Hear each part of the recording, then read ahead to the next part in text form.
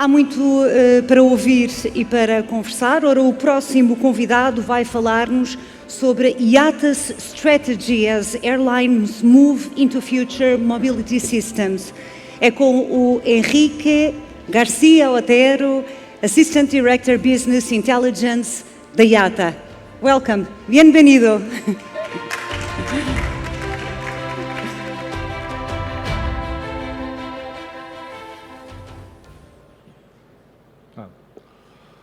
Can you hear me well? Can you hear me? Yes, no? Well, thank you very much. Obrigado to the organization of Portugal Air Summit for this opportunity that you bring in IATA and myself to be here today presenting some ideas that we have related to the sustainability and competitiveness and the strategy for aviation in Europe, in the world, and also I believe in Portugal specifically.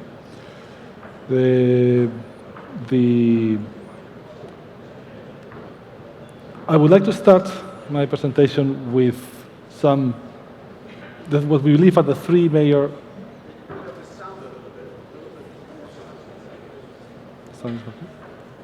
The sound is not good, they're telling me? Is it better now? Okay, thank you. So basically, there are three main pillars on which we base all the strategy related to aviation, which is sustainability, safety, and competitiveness. In the last, I would say, 10 years, sustainability has gained a weight in all the strategies and everything that we do in the entire aviation industry, which is quite more sustainable, quite more substantial than the competitiveness, if I may say it.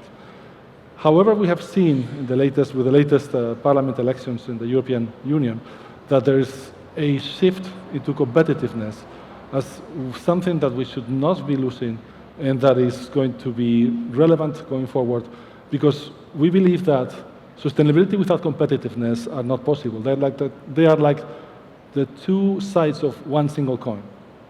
Mario Draghi's report that was recently published is a very good navigation guideline that we can use in order to understand how this competitiveness needs to retake part of the relevance that it used to have in the past, and that the focus on sustainability has somehow diverted some of the strategies in Europe.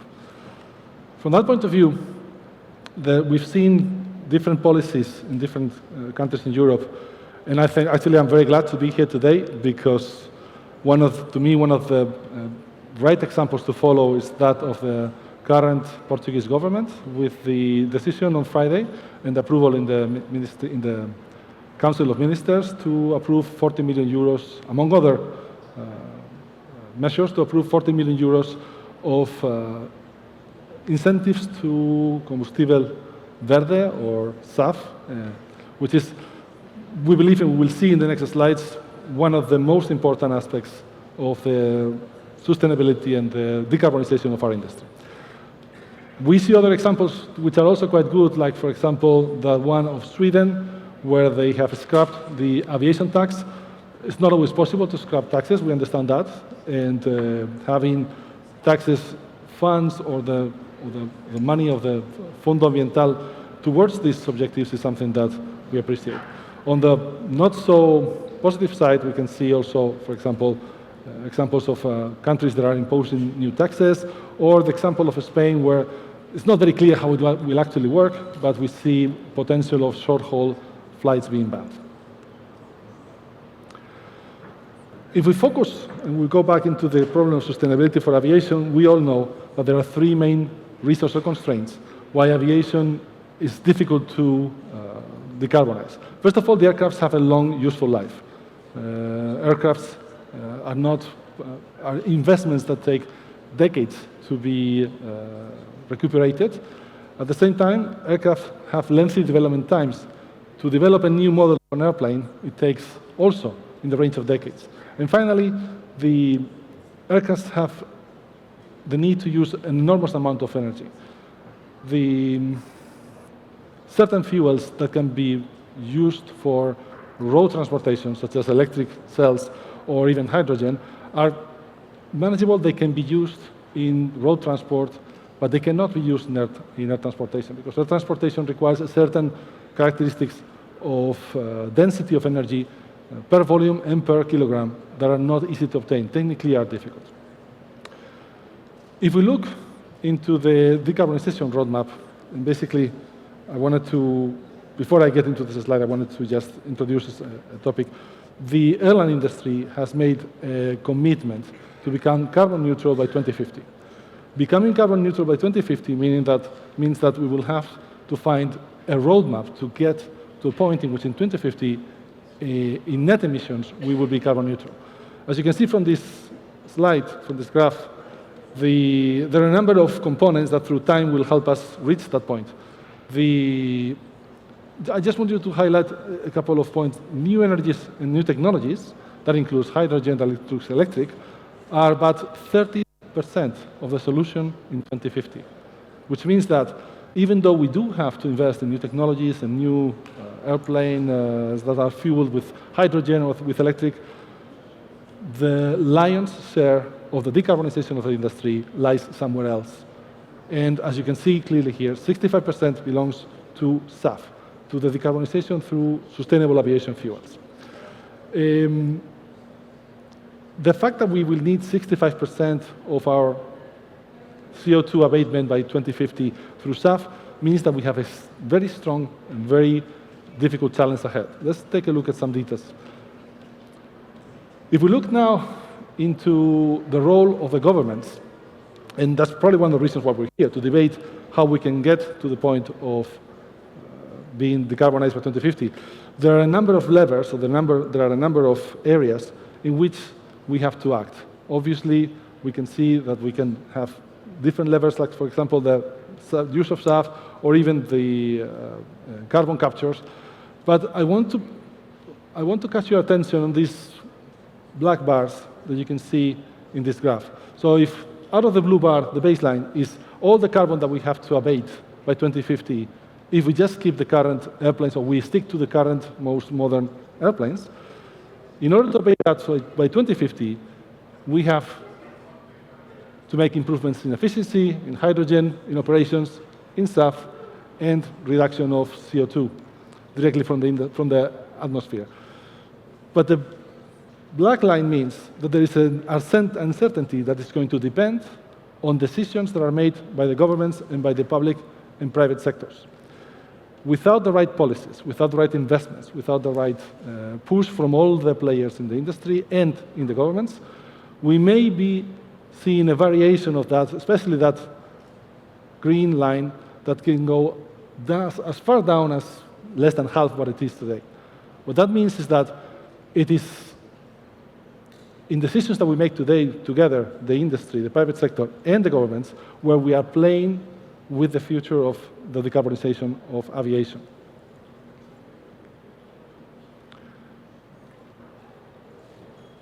IATA has published, and it's something that you can find in the website of our company, a number of roadmaps that fall into different categories of what governments and the industry need to do across the world to reach to this destination.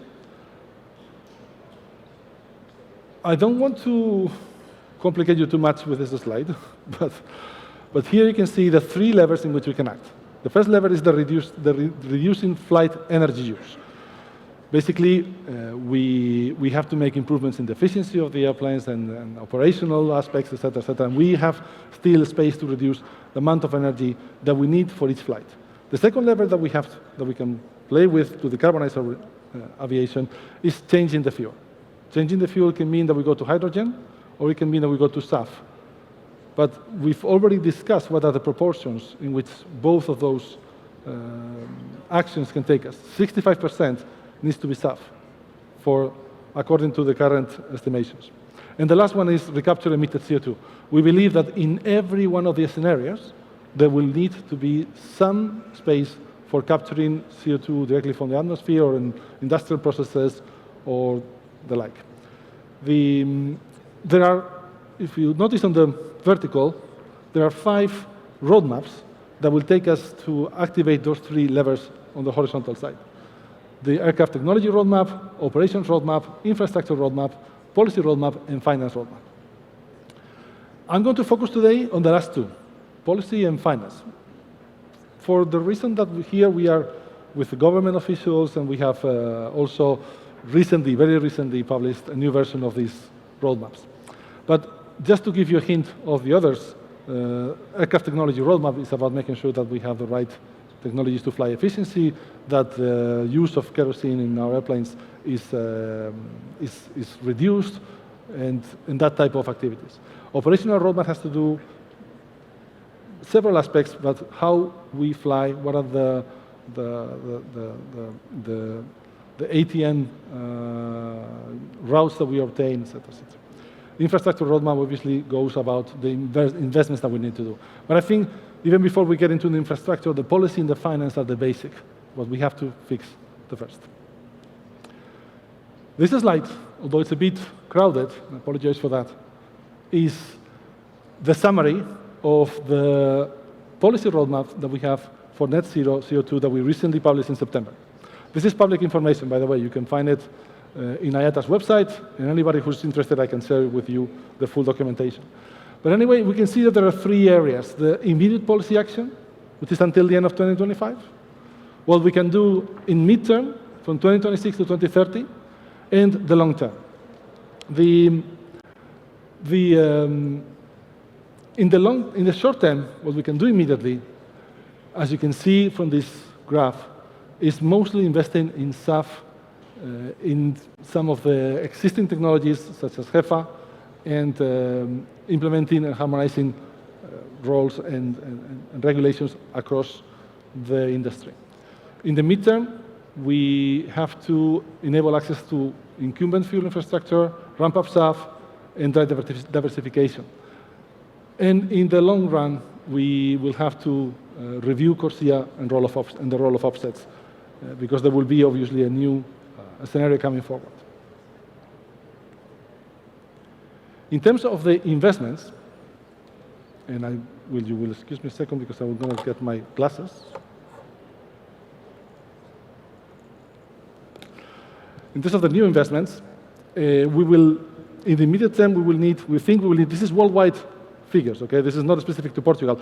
And actually, one of the things that I've been debating with many of you, many of the stakeholders around, one of the things we probably need to do is specifically for Portugal, what are going to be the investments that we will need? We can see that worldwide, we will have, in terms of transition costs, meaning how much more money we will have to pay for SAF to run our airplanes nowadays, we see that there will be a SAF transition cost of around 1.4 billion worldwide, just to account for the SAF that will be needed on top of our current kerosene. On top of that, we have the CORSIA transition cost, which is all the costs that the CORSIA plan will have on the airlines operating. On top of that, we will think we need new facilities, new places where SAF is created, where hydrogen is created, although in the short term, hydrogen is still not in the picture. We think there will be worldwide somewhere between 15 and 28, and that's going to depend on whether we use high yield or low yield infrastructures.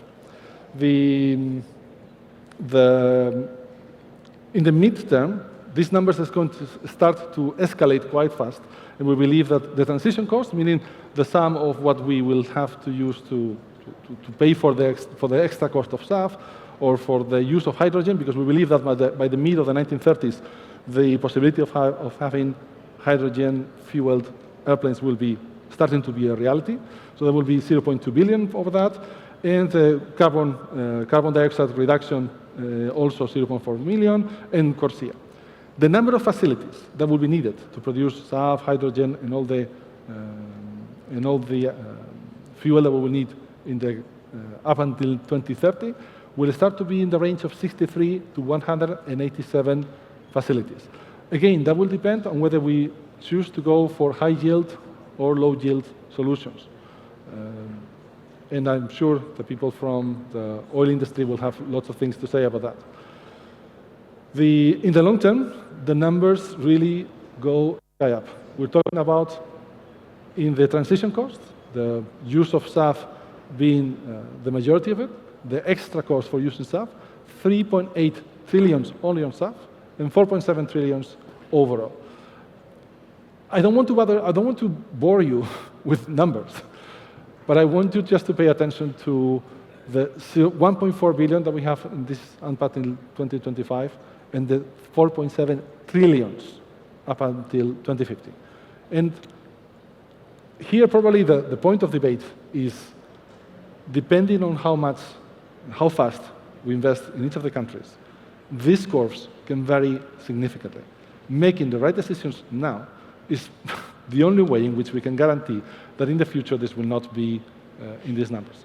In any case, there's also, we can see, well, I'm not going to go through to the next slides, but I'm going to show you one more slide because I don't have much more time, which has to do with the technologies. Because I've seen, talking to different stakeholders here in Portugal, I've seen that there's a debate about what are the right technologies. Should we use power to liquid?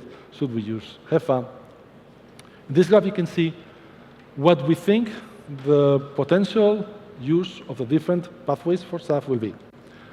Basically, we believe, and I think that there's consensus over that HEFA, which is the dark blue line, which is the current most available technology for SAF, will be limited very soon, and we will not be able to escalate it because of the scarcity of the limitation of the